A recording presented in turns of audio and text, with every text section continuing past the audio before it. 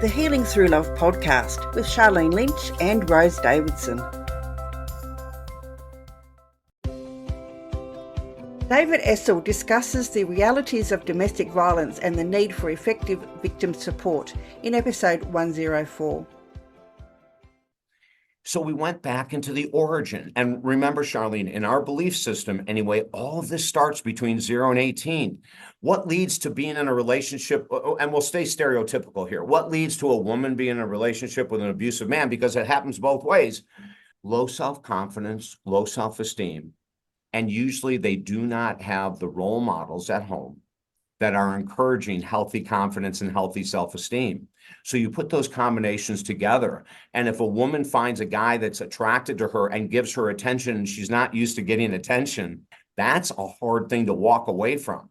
If you haven't been nurtured and loved as a child, and someone starts to show you nurturing and loving, and it could be something called love bombing, which we'll talk about in a second, it all starts 0 to 18. So when this woman contacted me, I said, I need to know your history. I need to know your story from 0 to 18. Like, was there any kind of sexual misconduct? Was there any type of abuse, physical, mental, emotional? Was that, what happened? Welcome to another episode of Healing Through Love. Each week, we share ideas, experiences, and resources to increase the awareness of domestic and family violence and to empower survivors to grow and thrive.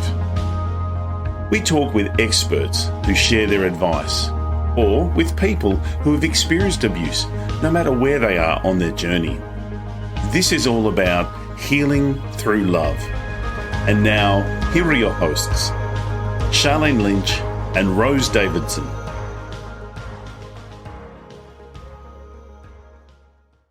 Hello and welcome to the Healing Through Love podcast, a space where stories of strength, resilience, and transformation unfold. I'm your host, Sharlene Lynch, and I'm honoured to guide you on this journey of empowerment and healing. Today, we have a very special episode tailored just for you. Whether you're driving or sipping a cup of tea or simply taking a moment for yourself, I want you to know that you're in a safe place. Healing Through Love is more than just a podcast. It's a community, a beacon of hope and a reminder that you're not alone. In this episode, we have a guest who will share a story, or two, I should say, that resonates with the core of our mission. A story that illuminates the power of love, resilience, and unwavering strength that lies within each of us. So settle in and take a deep breath and let the healing begin. But before we dive into our inspiring narrative today, a quick reminder that if you value our episodes and consider supporting us by subscribing and sharing and leave a review, your engagement with us helps more than you know spread the message of healing through love. Today, we've got a very special guest with us. I'm very excited, all the way from the States. We've got David Essel with us. He's a member of, he is a #1 bestseller of more than 15 books. And I understand that we're going to be talking about 5 of them today. He's a master life coach, an international speaker, radio TV host, a minister whose mission is to positively impact 12 million people. Wow, that's amazing. And welcome to the stage. And hello, David, how are you? Sharlene, I have been looking forward to being with you for a long time. The message that you guys and what your organization is doing is needed so badly. Today, I have some statistics that will prove how badly your mission is needed. And when you read me your 2 mission statements, you nailed it. You guys are doing phenomenal. So I'm so excited to be with you, and let's help people heal. Oh, I love it. Now, there's a backstory. I know we were chatting off screen before. Are you open to sharing that with our audience today? Yeah, there's this really phenomenal experience I had 25 years ago. I've been a counselor for 45 years. I've worked with domestic violence individuals for 40 of those 45 years.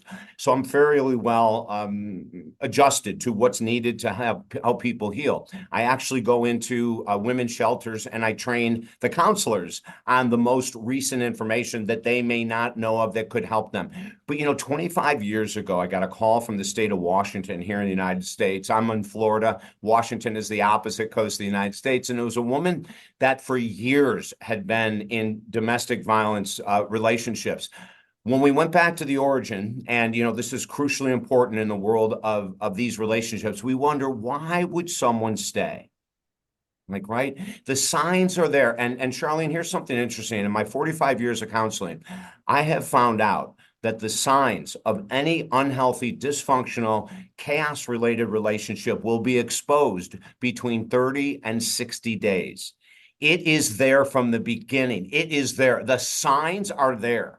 We don't see them because of our desire to be in love, because of lust, because of all of these things that we will talk about today. But, it was amazing. And when we look back at the origin of why was she selecting these certain men, and I have a story from Australia, as a matter of fact, that'll blow your mind, one of my clients from Australia. But when we look back, it started with her father. And her father had multiple affairs on her mother. Her father did not respect her mother at all. So as a young girl, she took in that this is the way marriages are, that the man is in control and the woman does whatever. So she went through a series of relationships, and she contacted me one day and said, I don't know what's going on. Long story short, in 6 months, we had her out of the insanity she was in. And I didn't hear from her until about 60 days ago. And I found out she was back in an incredibly abusive, trapped relationship. She had no rights in the relationship. She was told when to cut her hair, how to cut it, who to go to, when to go to the gym, who she could talk to. This is all normal. This is not abnormal stuff in the world of toxic relationships, right? There wasn't a thing that she could control. He bought her a car. He kept it in his name. When she said, you bought me that car? Yes. Could we put it in my name? He said, oh, that's not necessary. See, that's called a trap, because now you have no escape. It took us 30 days to create a plan for her to escape. And she escaped. And when she escaped and told me where she was going, I told her the very first thing, do not stop anywhere. Go right to a women's shelter. Go and talk to someone. Don't even look for a hotel. Don't look for anything. Tell them your situation, because they may have a room for you to sleep in, like many of them do, right? And you and I were talking off camera about the fact that these are safe houses. A lot of these are safe houses that no one knows about except for the women that are going there. When I go to speak at shelters, they have me go around in case someone's following me, right? They have me go up and down all these streets that are unnecessary to make sure the safe house stays a safe house. The story gets better. When she went to the shelter, the woman said, hey, not only can we help you with, the housing, we also have legal support. If your former boyfriend tries to come and stalk or do anything, we have direct connection with the police department. We have direct connection with other counselors that can help you. We have everything you need. Now, Sharlene, what's so beautiful about this story is that she finally got to a place where she feels hopeful. I also asked her to commit to 2 years of no dating at all. And she knows it's important, because we have to go back to that origin, and she's got to do the work that she stopped doing that led her into another toxic relationship. A lot of these are generationally based. In other words, you see mom or dad, grandma, grandpa, aunt, and uncle, and you carry on, and you don't think there's anything abnormal about it because that's what you saw. May I share another story? Yes, please. Yes, please. Okay, this is from Australia. Now, this is about 20 years ago, and a woman contacted me, and I think her endorsement is still on my site somewhere, but she contacted me and said, I don't have any idea of why I'm constantly choosing alcoholics, abusers, emotional abusers, physical abusers. I have no clue. David, I'm 55 years of age. I'm almost ready to give up on the whole world of dating and everything else. I have gone from one person that tears me down emotionally, tells me I'm unattractive, tells me I'm too fat, tells me I go from that into a guy that hits me. I go from that into an alcoholic. Like, what is up? So we went back into the origin. And remember, Sharlene, in our belief system, anyway, all of this starts between 0 and 18. What leads to being in a relationship, and we'll stay stereotypical here, what leads to a woman being in a relationship with an abusive man? Because it happens both ways. Low self-confidence, low self-esteem. And usually they do not have the role models at home that are encouraging healthy confidence and healthy self-esteem. So you put those combinations together. And if a woman finds a guy that's attracted to her and gives her attention and she's not used to getting attention, that's a hard thing to walk away from. If you haven't been nurtured and loved as a child and someone starts to show you nurturing and loving, and it could be something called love bombing, which we'll talk about in a second, it all starts 0 to 18. So when this woman contacted me, I said, I need to know your history. I need to know your story from 0 to 18. Like, was there any kind of sexual misconduct? Was there any type of abuse, physical, mental, emotional? Was that, like, what happened? Your mom, dad, family? We went through her whole family and we found it. And it was an uncle. Unfortunately, the favorite uncle of the family, who would leer at her. Now, she was 10 years of age. She didn't know what those looks meant, but it made her feel uncomfortable. She would go into the house. There'd be 25 people at a family barbecue. They would get together frequently, like once every 3 to 4 weeks. 25, 30 family members get together for some big cookout. If she went into the house, the uncle followed her. She went in and hid underneath the bed, and he opened the sheets from the floor, grabbed her by the leg and pulled her out. Held on to her and said, honey, you don't have to be afraid of me. Every time she saw him, she wanted to run. And of course, mom or dad are going, that's Uncle Joe or Uncle Bill, or he's our favorite. He loves everybody. She had no one to turn to. She couldn't share what was going on because no one would believe her. And they would think that she was making it up. So she was raised in an environment that said, do not trust men. So what was she most attracted to? Untrustworthy men, because that's how she grew up. So when we look at that, now let's say someone grows up in a nice household and they get into a domestic violence relationship. You go, how the heck could that happen? Very easily. There are, and this word I use, but I use carefully, because about 2.5% of the world's population falls into this. But in the world of domestic violence, the ratio is much higher, and that's narcissism. So you have a narcissist who preys on a codependent woman, and you have hell on wheels. It is not a woman who's going to stand there and push back and fight. And, she's just going to go, oh my God, someone loves me. Someone cares for me. In our book, Focus, Slay Your Goals, that became a #1 bestseller about 4 years ago, we write about the love scale, 1 to 10. And the first probably 10 years of my counseling career, I didn't believe a woman in a domestic abuse relationship could really be in love with her abuser. I just didn't believe it. I said, no, it's not love. It's not really love. But then I learned a lot. And it is love, Sharlene. When you return to an abuser, it's love that you think is love. Now, on the scale of 1 to 10, it falls into the categories of 1 to 4, which is called dysfunctional, chaotic, unhealthy love, right? So we have broken it down now so people can understand when someone says, but I love him. I understand the terminology. She loves him from what she knows love is, but her understanding of love needs to be completely turned around so that she can learn to love herself. And if she would love herself, she would never go down that roadway again. But listen, we also have to remember this. A lot of times women don't come in for help. And I know I'm staying very stereotypical here, and I'm sorry, but it is a higher percentage of women than men that are in this situation. But, a lot of them are so afraid to ask for help. They're so afraid to admit that they're being abused emotionally, financially, sexually, in all kinds of ways, trapped. One of the most common traits we see is when a man starts to limit the people that this woman can see, can hang around. Oh, that's such a huge red flag, right? But before that, there were 50 other red flags in the first 30 days or 60 days. I have yet, Sharlene, to meet anyone that's been in these kind of environments that hasn't had a knowledge. When I asked them to write what was the first 30 days like, they go, I can't believe I stayed.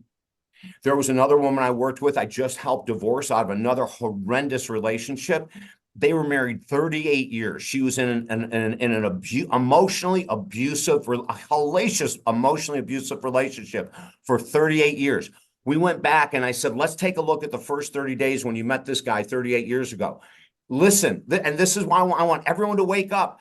The signs of the perpetrator are there from the beginning, but you have to have open mind, open eyes. Her very first date, Sharlene, he brings her to his fraternity house there when he was in college, leaves her by herself for 4 hours in a living room, and she knew nobody. 4 hours later, he comes down and says, let's go. Now, right away, that should raise flags. Right away, a woman with high self-confidence, I don't care how good looking he is, I don't care how much money he has, I don't care anything. Someone with high level of self-confidence and self-esteem would look at him and say, that was our last date. It's the first and the last, my love. But I wouldn't say it. I would get safely home, text him, block him. And, a lot of people, when I tell them, you're going to probably have to block this person. Well, why is that? Well, let's see. You've gone back 10 times. It hasn't worked, self-control, and so we use these techniques, not as being a nasty person. No, it's called saving your freaking life. It's the start of confidence and self-esteem. When you're being triggered, and I'm going to go into love bombing, then Sharlene, I'm going to shut up for a minute, and you'll have 2 minutes to talk, even though it's your podcast. I'm just taking over, baby. Keep going. No control issues here. What'd you say? No control issues here. Okay, good. What was I just saying about love bombing? Love bombing, yeah. And that's another thing that abusive partners will use. So as an example, I have a male client that admits that he's been in multiple relationships and he's treated people or women with no respect whatsoever. And I said, hey, give me an idea of, what's like a first date? And he says to me, well, the last woman that I was out with before she left me because I was verbally abusive every day, the first date was a week in the Bahamas. And I said, okay, now wait a minute. Did you guys go to Starbucks for coffee first? He said, no. He goes, we met online, we talked on the phone, and I booked the flight and took her. That's love bombing, right? Because what's a woman going to expect after that? Oh my God, she's going to be blown away. We're flying. Our first date is on an island in the Bahamas, and he's paying for everything. Her guard is let down. She's not seeing the reality that she saw 3 months later. And when she tried to get out of it, it was hell for her. So, one of the most important messages, and I don't want women to feel guilty with what I'm saying. There's no guilt because you didn't know this until you heard this today, probably, okay? Or if maybe you needed to hear it 1,000 times. We have to slow down. And we have to begin the process, especially if we've had any kind of abuse in the past, mental, emotional, financial, physical. We've really got to take time to get to know people. When I say that, I mean, you date someone and you say, let's get together in 2 weeks. You take your time. And if he runs away and he says, oh, I'm not waiting 2 weeks to see you again. Good. You've just gotten rid of someone that probably could have been a pain in your butt. If you say, I'll see them once a week, well, I can probably negotiate down a little bit and say maybe once a week, but you have to keep your eyes open. You have to look for signs. You have to look for lies. You have to look for, let's do this. And then nothing happens. People can talk good games to pull you in, to rein you in. You can be complimented left and right, and maybe you've never gotten a lot of compliments. That's love bombing from that potential perspective. So if we can start to slow down, Sharlene, and this is something your organization is helping people do, and you just told me that you've got events happening in the United States, you've got 8 coming up, my God, you guys are rocking it, and we need this. And we need women to know there are places to go, seminars to attend, whatever it is that you're offering. We need people to know, and especially women to know this. Now, listen, here's a statistic that's mind-blowing. In the United States of America, 64% of adults have admitted to being abused in some way by a partner. 64%. 35% of women have been abused so greatly that they're suffering even single. 28% of men, believe it or not, it's a high percentage, have been in extremely destructive relationships with women. So, when we look at that 35% of women and 28% of men who have been in horrendous domestic violence situations, you wouldn't think it was that close. Most of us would think it would be 90% women, 10% men. But, it's catching up. 40 years ago, it was 90-10. It's not that way anymore. Why is that? We really don't know, to be quite honest with you. Have women become more abusive because of women's liberation? It's like, what? Probably not. Probably not. My best guess is that we have more men who are not raised in healthy environments. We have more people being raised in very unhealthy environments in today's society. The American Psychological Association 4 months ago came out with this massive survey. 80% of marriages reported they were in the worst shape they've ever been in.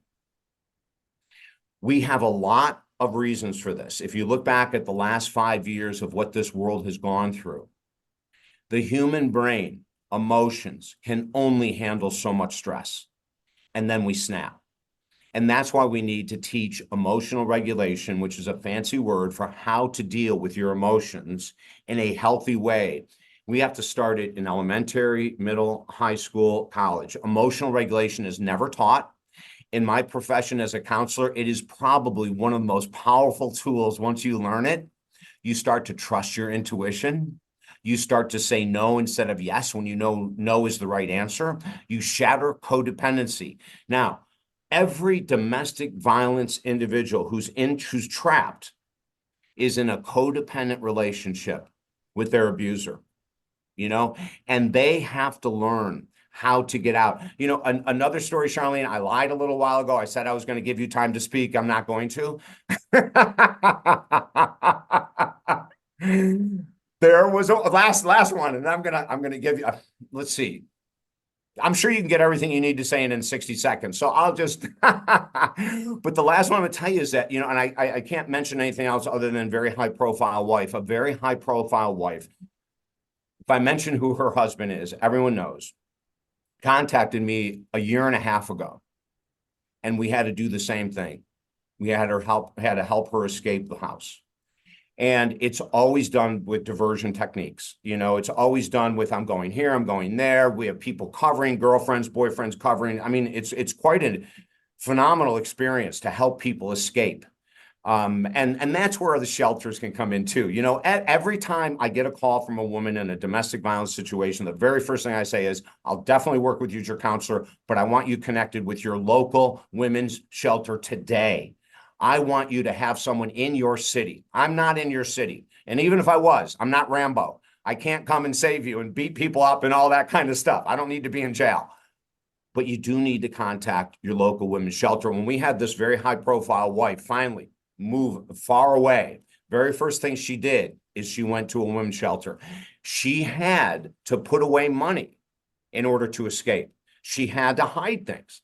And, most of the time you'd say, well, David, doesn't that shatter your integrity if you're helping someone hide money so that they can escape? And the answer for me is no. If there's someone who's being abused, I don't care what anyone else thinks of me. I'm going to do what I know is right. And if you agree with me, awesome. And if you don't agree with me, awesome. Because it's worked for 45 years and I'm not changing. I love it. I'm going to say something while you're taking a breath. Okay, there is so much to unpack there. I love the thought process in and around perhaps maybe what's happening in a family domestic violence situation, how that progresses to a domestic family violence and more. So I'd love to unpack on another episode. And I really would love to, if you could, with our audience, just chat a little bit about the 5, because I understand you've got 15 books, and out of that, 5 of them are available for free. So listeners today, you can get in there and just binge on this. That's right. And this is on your website. Can you talk about the 5 books that are available for free? Yeah. So one of them is called Helping Americans Heal, and the subtitle is Moving Through These Challenging Times. And it really is helping the world to heal. Okay. We have in there a grief, we have relationship articles. It's 90 different writings on everything we're going through: mental health, anxiety, depression, PTSD, and domestic violence. 99% of women are PTSD. They've moved past anxiety, depression, and they're in the big mother. And PTSD, post-traumatic stress disorder, is a combination of everything I just mentioned. It's low self-confidence, low self-esteem, high anxiety, high levels of depression. A lot of times women and men with PTSD become agoraphobic. They're afraid to leave their home. They become addicts. Food, alcohol, drugs. I mean, and this is very normal too with domestic violence individuals. Many of them turn to addiction as a way to try to cope with the stress of being a captive, with the stress of having no control over their life. So they try to escape mentally through drugs, alcohol, nicotine. Food is a huge, huge addiction item. So we have to really look at this stuff and get very serious with it, Sharlene, just like your organization is. There's so much information like what you and I are sharing, that I'm sharing, and you're beautifully listening. This doesn't escape me, the humor here, Sharlene, either. But, you know, we have so much great information to share. And what's so surprising to me still today, Sharlene, you said, you know, I can't believe this is going on in 2024. I can't either. I think the last 5 years really has done a number on this world. People are doing and saying things they normally would never say. You know, I have clients that are great clients that I've known for 20, 25, 30 years. I worked with 25 years ago. They come back today, completely different people.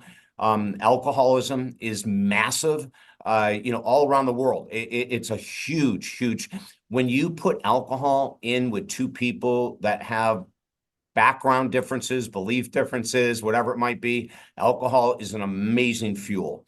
And it is usually a part of many domestic violence situations, if not alcohol, drugs, or both.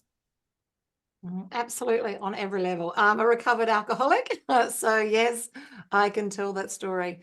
I love it. Okay, so there's more that we have to unpack, and I love that you've shined a light on if we could educate the children in and around emotional resilience and help them give that space between thought and action. What would that look like? That would look like bulletproof kids. That would look like kids that wouldn't be in a situation where they'd be living below the line and then be the victim and be attracting that sort of narcissistic behavior. So I think that's where we need to start. Conversations in our churches, conversations in our schools, and even at a younger age as well, because we know those children for some part are already experiencing it, and they don't have the skill set to stand up and make a comment about it and break that pattern that has gone before them. So yeah, I love it. There's so much more I want to talk about. We're going to put so you're going to come back, that's for sure. We're going to put the links in the show notes and also in the description, so that you can have access, audience, to the books, to the 5 books, and also to reach out if you're needing this level of assistance, and even just to share this with other people, because we all know somebody who still needs a hand. And I love it. If you're listening today and you are a practitioner of any sort, if you feel the heart drawn to come and be a participant, be an exhibitor at one of our Pamper Days, please reach out. We've got them now globally, and we would love to have you come and pay it forward and hold that space for someone else to heal. It's been an amazing conversation. I can't believe we've been talking so long. Well, you've been talking so long. That's the longest I've ever been quiet, just saying. David. David, I'll just, in closing, you know, what words of wisdom would you like to share with our audience? You know, you're worthy of being loved by a person who loves you. And until you find that person, learn to love yourself and be comfortable loving yourself. We tell all my clients, never date until you're happy alone. Never even date until you wake up and you go, you know, I really love myself. I really love how I'm improving. I love the fact that I'm walking now. I love the fact I'm learning meditation. You know, I love the fact that I'm taking care of myself. I'm eating better. Learn to love yourself. And the more you love yourself, the odds of you getting involved with someone that is so unhealthy drops dramatically. You won't go there. And please remember, the first 30 and 60 days, look for signs that are uncomfortable. Really be on the lookout. That's another sign of self-love. When I you're love looking for those things, right, that are not a match for you. Now, I will say this in a very gentle way. If you're dating someone that has a habit, let's say chewing gum, that bothers you, okay? I don't say run away from them. I say, hey, have a conversation. When you chew gum and it snaps in the movie, it bothers me and it bothers, could you just not chew gum in the movies? Would that be possible, honey? Like if there's things like that, we ask them to change. But if there's some serious things like the story I told you about the gentleman on the first date that left the woman for 4 hours, that's a serious offense. And for 38 years, she went through hell because she went back after that first experience. Learn to love yourself. And if you don't know how, reach out to Sharlene. Reach out to a local women's shelter. You don't do it alone. You won't be able to. I'm not saying because you're weak and you're not strong, but there are patterns in the subconscious mind that create by us that draw us back to those same experiences. Sharlene admitted that she was a former alcoholic. I was a cocaine addict and alcoholic for 30 years. I know as a counselor, getting people sober left and right, I could not get myself sober. I had to go to a treatment center. I had to hire an addiction counselor for a year. That showed I loved myself. You can do the same thing by reaching out and asking for help. When you ask for help, that says, I love myself enough to be vulnerable and open with you. Would you please help me? And you'll get the help you want. I love it. What a wonderful close, David. Thank you so much, audience, for listening to us. And stay tuned because I'm sure there'll be a part 2. Bye for now. Thank you for joining us for this episode of Healing Through Love.